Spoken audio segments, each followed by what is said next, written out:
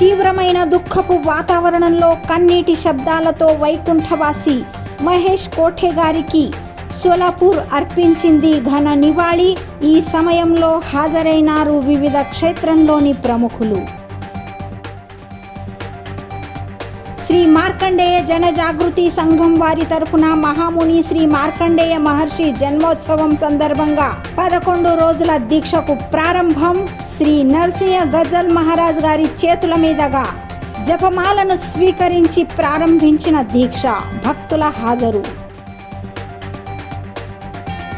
పుణ్యక్షేత్రమైన యాదగిరిగుట్ట హైదరాబాద్ ఇక్కడ అఖిల భారత పద్మశాలి అన్నక్షేత్రంలో కొత్తగా మార్కండేయ స్వామి, గణపతి మరియు నవగ్రహాల మూర్తుల యొక్క స్థాపన గురించి చేస్తున్న ఏర్పాట్లు.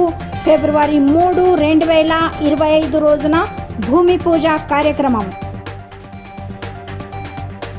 దుహేరీ జలవాహిని పనులు 1 నెలలో పూర్ణత్వానికి వచ్చును.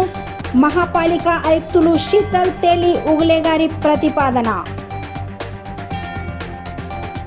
భాజపా సోలాపూర్ మరియు నగర ఉత్తర విధానసభ ఎమ్మెల్యే విజయ్ కుమార్ దేశ్ముఖ్ వీరి మార్గదర్శకత్వంలో నేత్ర చికిత్స మరియు మోతీబిందు ఆపరేషన్ శిబిరం ఏర్పాటు.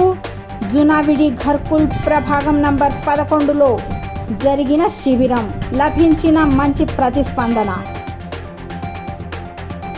ప్రధాన్ మంత్రి ముద్రా లోన్ అంతర్గతంగా ప్రజలకు దొరుకును వడ్డీ లేకుండా 1 లక్ష రూపాయల లోన్. అవసరమున్న వారు పొందండి లాభం అంటూ ఇచ్చిన వివరణ. మరాఠీ భాషా పరిరక్షణ పాక్షికం సందర్భంగా మహాపాలిక వారు ఏర్పాటు చేశారు కవి సమ్మేళనం. ఉపాయుక్తులు ఆశీష్ లోక్రే ఇచ్చారు కార్యక్రమం యొక్క వివరణ. వివిధ కవితలతో పులికించిపోయిన ఇంద్రభువన ప్రాంగణం.